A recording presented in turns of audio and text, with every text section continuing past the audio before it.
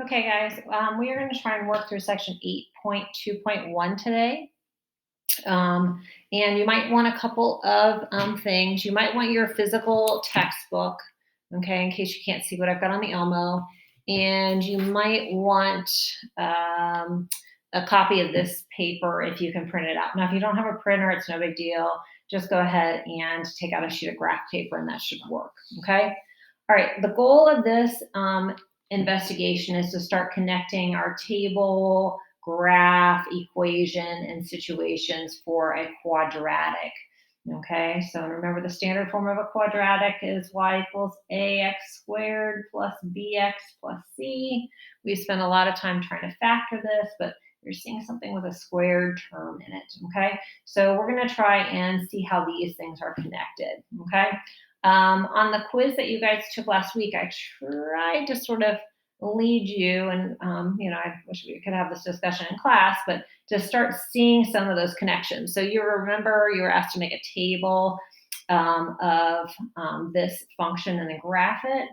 Well, if you put if you put -2 into the equation, so if I make x be -2, 2 plus 2 times -2 minus 4, I end up getting 0 times -6. So you should have plotted when you did this, -2, 0. And then we put -1 in. Okay, you should have ended up with 1 times -5. Sorry, plug -1 in. So you -1, you get -5. And then if you plug 0 in for x, so 0 plus 2 times 0 minus 4, so 2 times -4, you end up getting -8. 8. And then if you plug in 1,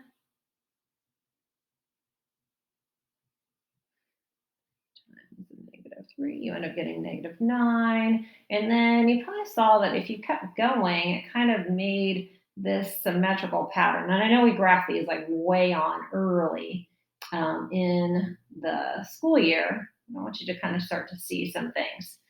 Okay, so we're going to start in the next couple of days trying to connect this equation with this graph and see some things. So, and maybe you saw something already. Did you notice that the x-intercepts, when you had to do those, this x-intercept was at -2, 0, and that this one was at 4, 0, that something special happened when you made x be -2 in this equation. Okay, this ends up becoming 0. And then this is -6, but just multiplying by 0 makes it 0. And when you put 4 in, something kind of special happened here, that this other factor ended up being 0, causing our second x-intercept to happen. Okay. A few of you guys went ahead and then multiplied these two things together. I saw on your quizzes you made this little generic rectangle. Now you didn't have to. And I got x squared minus 4x, 2x, and -8. So that changes into x squared minus 2x minus 8. And then maybe you might see a connection though now. When you put 0 in for x in this factored form, you get 2 times -4, which results in -8. But oh, look at that -8 over here too. When you put 0 in this expanded form or standard form, 0 squared minus 2 times 0 minus 8 also gives us a -8. So that kind of is like tying us into this little y-intercept right here. Okay, so our x-intercepts are kind of going to end up being tied nicely to the factored form, and the y-intercept is going to be tied nicely to the standard form. It's pretty easy to plug 0 in that and kind of just see, oh, it just is going to cross at 0, -8. Okay. All right, so what we're going to do today is do some more tie-ins between those different forms, okay, based on a water balloon contest. Okay, so let's go ahead and I'm just going to have you maybe look at your book on page 387. I don't know, my eyes aren't good enough that I can really see this from the screen, but I'll go ahead and read this to you, and then I'm going to ask you to do a few tasks, okay? All right, so it says water balloon contest. Every year, Newton High School holds a water balloon competition during halftime of their homecoming game. Each contestant uses a catapult to launch a water balloon from the ground on the football player. This year, on the football field. This year, you are the judge. You must decide which contestants will win prizes for the longest distance and the highest launch. Fortunately, you have a computer that will collect data for each throw. The computer uses X to represent the horizontal distance in yards from the goal line and Y to represent the height in yards. Okay, so it's kind of saying this. Okay, so when we catapult this thing, and usually I'll ask, have any of you guys ever set off a catapult? And sometimes my Boy Scouts have done this project where they catapult a pumpkin into the air. So, or maybe you've seen that on TV. So, but here is what it's tracking. Okay, so X is going to be the distance from the goal line. Okay, because they're on the football field. So imagine our goal line over here. So X is the distance from the goal line, and Y is going to be then the height of the water balloon. So that's what our Y value is going to be. X is going to be this distance away. Y is going to be the height at each point. Okay, so the further it travels, the higher it's going to go. But, kind of thinking about that Desmos activity with where he was shooting the basketball, what's going to eventually start to happen, right? Okay, it's going to start to come back down. Okay. All right, so then it says, the announcer shouts, Maggie Unanimous, you're up first. She runs down and places her catapult at the 3-yard line. After Maggie's launch, the computer reports that the balloon traveled along the parabola represented by the quadratic equation, y equals negative x squared plus 17x minus 42.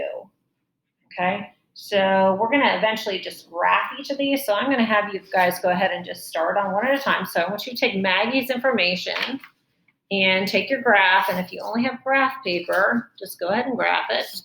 Okay. But here's what we know about Maggie. Okay. So Maggie's toss is going to follow the equation. Oops. Sorry, I got Maggie's. Is going to follow the equation y equals negative x squared plus 17x minus 42, okay? So what I want you to do is to make a table and a graph of this. Now they did tell us something important. Where did she put the ball down, or where did she launch from? And she launched from 3 yards away, okay? So if I think about x, the first distance we really need to worry about is really when x is 3, okay? So 3 yards away is when she sets the launch, okay? Now, if you want to, you can go ahead and just put this equation into your calculator or Desmos to help you make the table, or you could go ahead and work it out if you wanted some practice. So just make sure you're squaring 3 first, making it negative, then adding 17 times 3 minus 42. But if you just want to use your calculator, you could do that too. Okay, so I'll give you kind of a minute to do that. All right, so did you finish Maggie's? It should have looked like this for her table. So 3 was 0, 4, 10, 5, 18, 6, 24, 7, 28, 8 was 30, 9 was also 30, 10 was 28, and 11 was 24. Okay, and here's what her plot should have looked like. So, but you kind of thought, well, am I starting to see some things as I plot this and put these points here? Okay, so probably notice a couple things. Are you starting to see some of the symmetry that's happening in this table? That's kind of a key thing that's going to happen in quadratics. The numbers will duplicate each other at some point, okay, depending if you can figure out what the right x is, okay? So when I got 10 was 28 and 11 was 24, you could maybe keep going on your graph if you stopped your table here. So then 12 would then have to be what? 18. Okay, and then we're going to have 10. Oh, sorry. So 18, then 10, and then back to 0. Let me head kind of down here. Okay. All right, and then I'm going to go ahead and connect this. And when students have done this in the past, I'll see a lot of graphs that kind of look like this. Okay, and then they'll go here, and then they just draw a line straight across. Okay, do you think that's really what happens here? Okay, so does the water balloon just have some hang time in the air and stay at the same height for this distance. So hopefully you realize no, it should actually probably go up a little bit from here and then kind of head back down. Okay. All right, so that was our first kind of connection using this equation to tie in our graph and start to see some of that symmetry that's happening. And it looks like I did this right here. Graphs. Too fast. I thought that didn't seem quite right. Okay, so it should pop back down in 14. Sorry about that. Okay, so hopefully you did a better job of that than I did. Nope. Okay. So you see how I realized that because, oops, I forgot this point in the symmetry right here. Okay. Going on there. All right. Okay. So then next person. Okay. So back to our water balloon contest. So that was Maggie. Okay. So now we're going to hear something about Jen. Okay. So it says, then you hear, generous, you're next. Jen runs down to the field, places her catapult at the goal line, and releases the balloon. The tracking computer reports the path of the balloon with the graph at right. So I'm just going to kind of zoom in on the graph a little bit. So, oops, man, that's a little bit too much. Okay, I'll hold that there kind of for a second. So I want you to think about some of the key points on Jen's, and then I want you to take your the water balloon paper and try and get Jen's table and then graph drawn on here, okay, based on what you see in this graph. So you've got the graph, you're trying to go to table now, okay? All right. So here's what you should have seen with Jen. Okay, oops.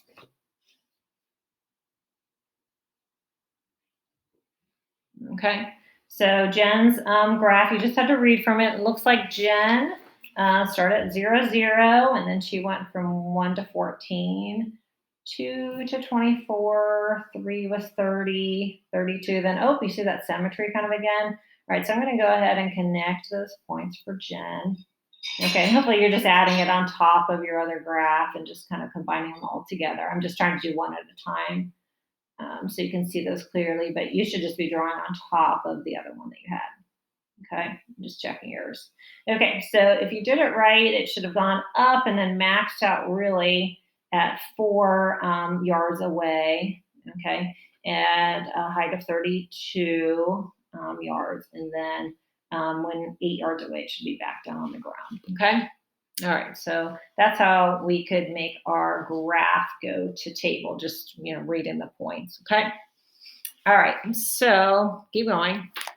All right, so if I turn the page, we got contestant number 3. It says the third contestant, impeccable, accidentally launches the balloon before you are ready. The balloon launches, you hear a roar from the crowd, turn around and splat, the balloon soaks you and your computer.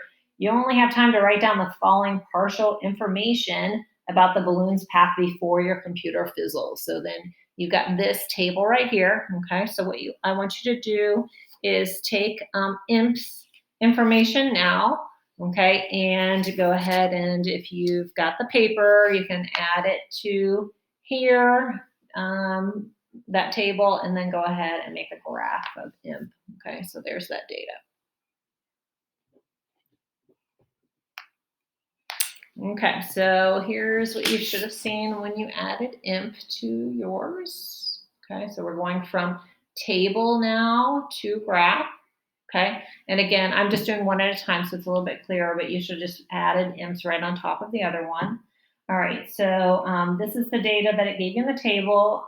2 was 0, 3 was 9, 4 was 16, etc. You might have noticed that the table stopped at 9, so let's see some things, okay? So could I figure out how to keep going? All right, so even though my table kind of stopped here, it looks like if I go to 10, then can you tell based on the symmetry that it should be here at 16? Okay, can you tell that 11 should then be here at 9? 9, thing for pencils. Okay, and then 12 here. Okay, so when it does What we got here.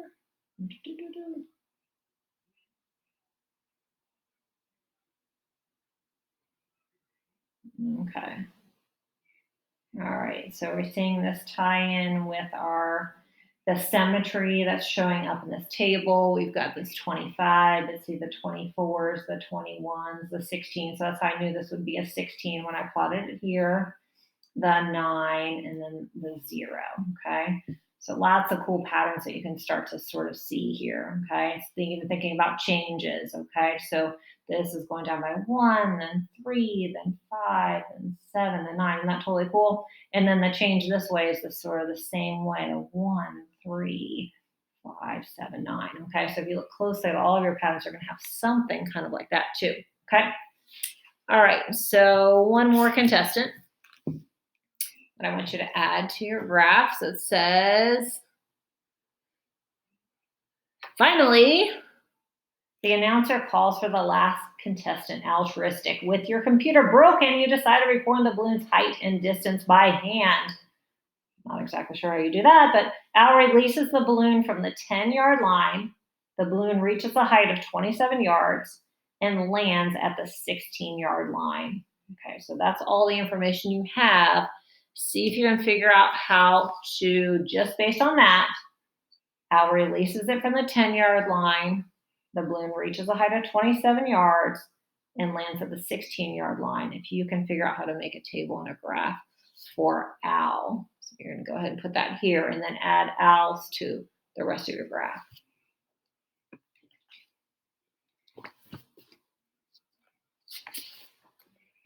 Okay, well, how did you do? So he started 10 yards away, okay, height of 0.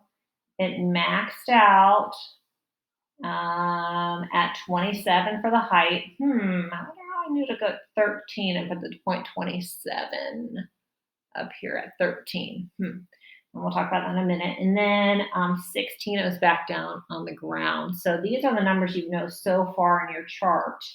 Okay, so I'm going to give you a second to kind of think about how you could fill in maybe the other points. So there's a couple different ways that you could do that. I bet you can guess from what I told you earlier this year what Steve's method might be. I wonder if you could maybe somehow use your calculator to figure out the rest of the equation. Okay, so if it's in stat, you could do a stat calculate and do right now a quadratic, okay, and then maybe figure out what the equation is.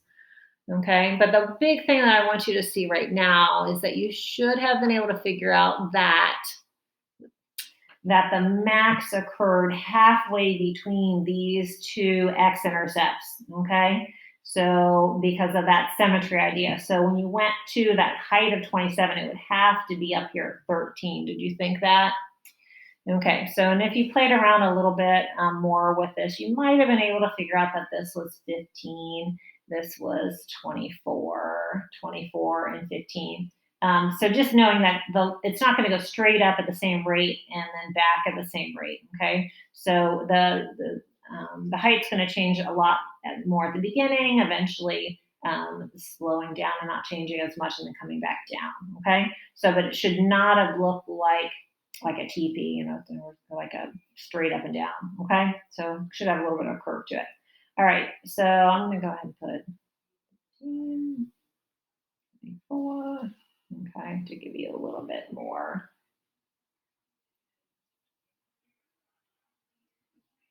Okay, kind of a curve to it a little bit. Yep. Okay.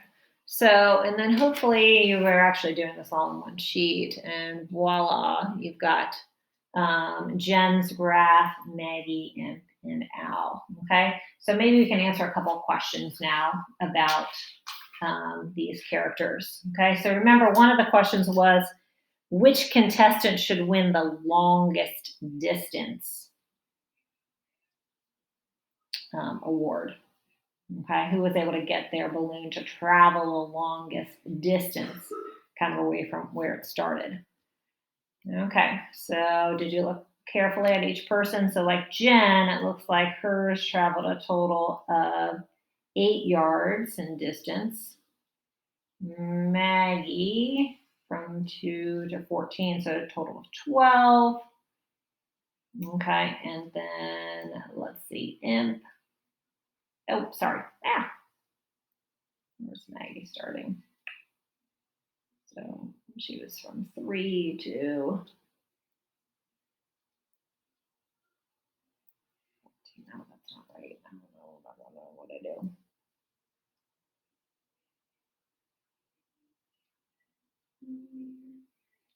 That's right. Oh, yeah, I'm right. What am I thinking? Brain for here. Okay, so 3 to 14. So Maggie's traveled a total of 11. Okay. And then if you look at Al or Imp, maybe do Imp next, started at 2, come up and down here to 12, so total of 10. Okay, and then Al start at 10 and then back down at 16. Okay, so how far away were each of these? So Al traveled a total of 6 yards.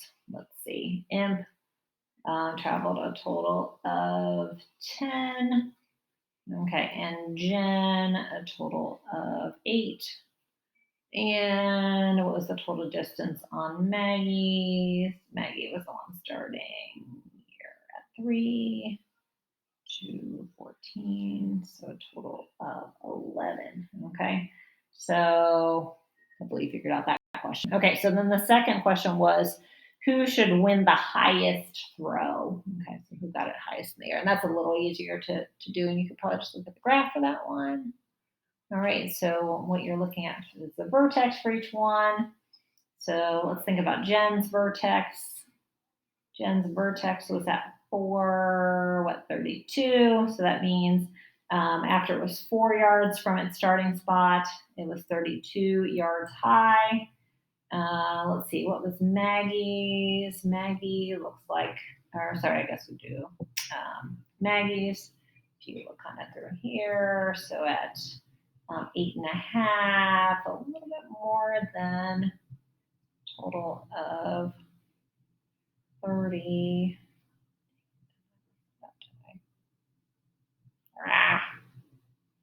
You guys are probably all thinking about, what should I tell Mrs. Lauterbach? Did she mess that up and she didn't see it till now? Okay, sorry about that. Okay, so she should have been way up here at 30. Okay, but her max didn't occur at 30. It was actually between those two, so a little higher than 30. All right, and then how about Imp? Imp looks like, if you look at his max, here 25, okay, would be his vertex. Okay, and then Al's vertex is up here. Let's see it, 27. Okay, so you could kind of compare each of those to see who went the highest. Okay, all right, so I'm going to ask you a couple more questions about these guys too. So, did you think about what the meaning of each of the x-intercepts is? Okay, so let's just focus maybe on Jen. What do her x-intercepts mean? Okay, so her x-intercept of 0 and 8, did you know that meant she started from 8 away and then it landed, or at 0 away and it landed at 8? Okay, did you think about Maggie's x-intercepts, meaning she started at 3 and then landed at 14? Okay, distance from the goal line. Okay, and then for Imp, it looks like it started at 2 and landed at 12, and then Al started at 10 and landed at 16. Okay.